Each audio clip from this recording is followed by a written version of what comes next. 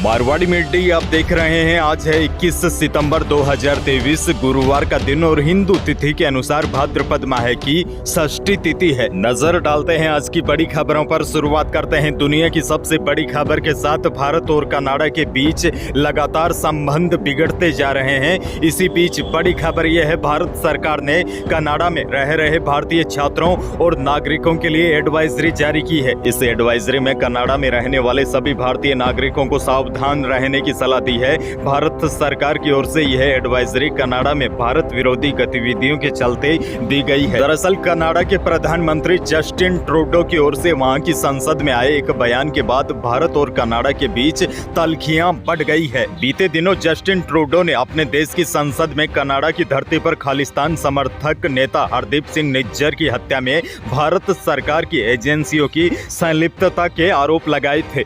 दरअसल उन्होंने खालिस्तानी आतंकी हरदीप सिंह निज्जर की हत्या का दोष भारत पर डाल दिया था, वह भी बिना किसी सबूत के।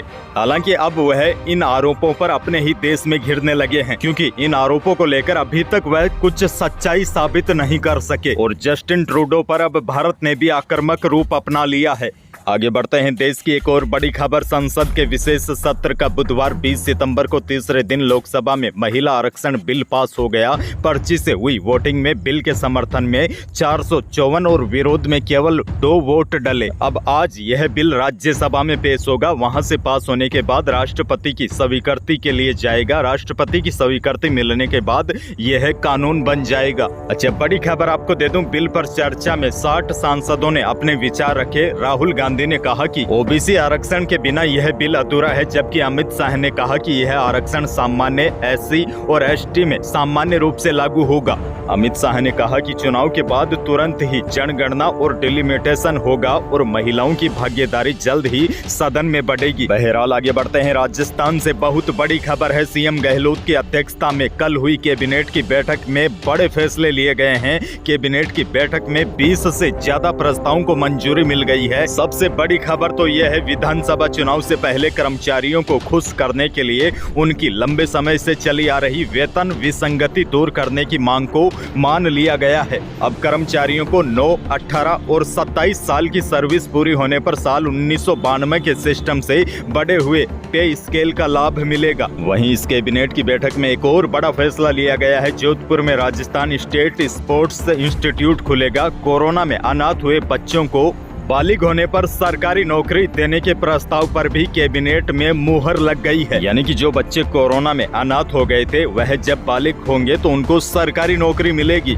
वहीं देखिए, बड़ी खबर आपको दे दूं, चुनाव से पहले सीएम गहलोत आज राजधानी जयपुर को कई बड़ी सौगातें देने वाले हैं। जयपुर में कई प्रोजेक्ट्स का शिलान्यास और लोकार्पण सीएम गहलोत करेंगे। सबसे बड़ी खबर तो यह है, जयपुर मेट्रो को अब जयपुर में ट्रांसपोर्ट नगर तक पहुंचाई जाएगी। इसके अलावा भी सीएम गहलोत आज 5 से ज्यादा प्रोजेक्ट की नींव रखेंगे। आगे बढ़ते हैं। राजस्थान के लिए एक और बड़ी अच्छी खबर है। उदयपुर से जयपुर के बीच वंदे भारत ट्रेन शुरू करने को लेकर तारीख फाइनल हो गई है। इस ट्रेन का शुभारंभ पीएम नरेंद्र मोदी वर्चुअली 24 सितंबर को करेंगे। यानी कि राजस्थान को एक और वंदे भारत ट्रेन की सौगात दी जा रही है। इसका रूट उदयपुर से अजमेर होते हुए जयपुर तक रह सकता है। आगे बढ़ेंगे, लेकिन उससे पहले प्रदेश के मौसम से जुड़ी बड़ी खबर है। राजस्थान में भले ही बारिश का दौर धीमा पड़ गया है, लेकिन बीते 24 घंटों के दौरान भी श्री गंगानगर, हनुमानगढ़ समेत कई इलाकों में बारिश दर्ज की गई है। और बड़ी अपडेट ये है, बंगाल की खाड़ी में लगातार बन रहे वेदर सिस्टम से राजस्थान का मौसम एक बार फिर बदलेगा। मौसम विभाग का अलर्ट है कि इस नए वेदर सिस्टम से 22 सितंबर के आसपास पूर्वी राजस्थान के कोटा, उदयपुर, भरतपुर और जयपुर संभाग के जिलों में हल्के से मध्यम दर्जे की बारिश की संभावना है। यानी कि पूर्वी राजस्थान में 22 सितंबर के आसपास बारिश की संभावना बन रही है। आगे बढ़ते हैं। एक और बहुत बड़ी खबर, देश में निपाह वायरस की दस्तक के बाद अब राजस्थान में भी स्वास्थ्य विभाग ने इसको लेकर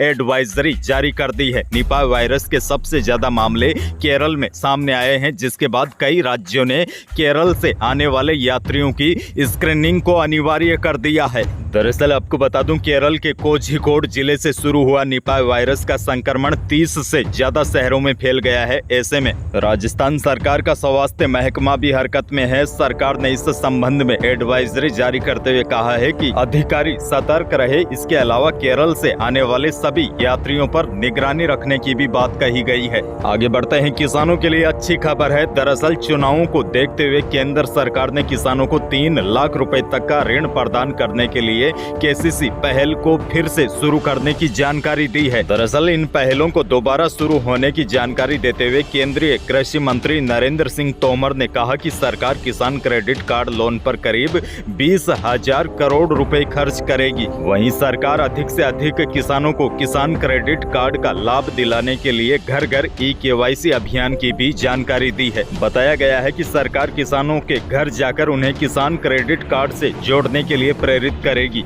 इससे किसानों को फायदा मिलेगा और किसान योजना से वंचित भी नहीं रहेंगे।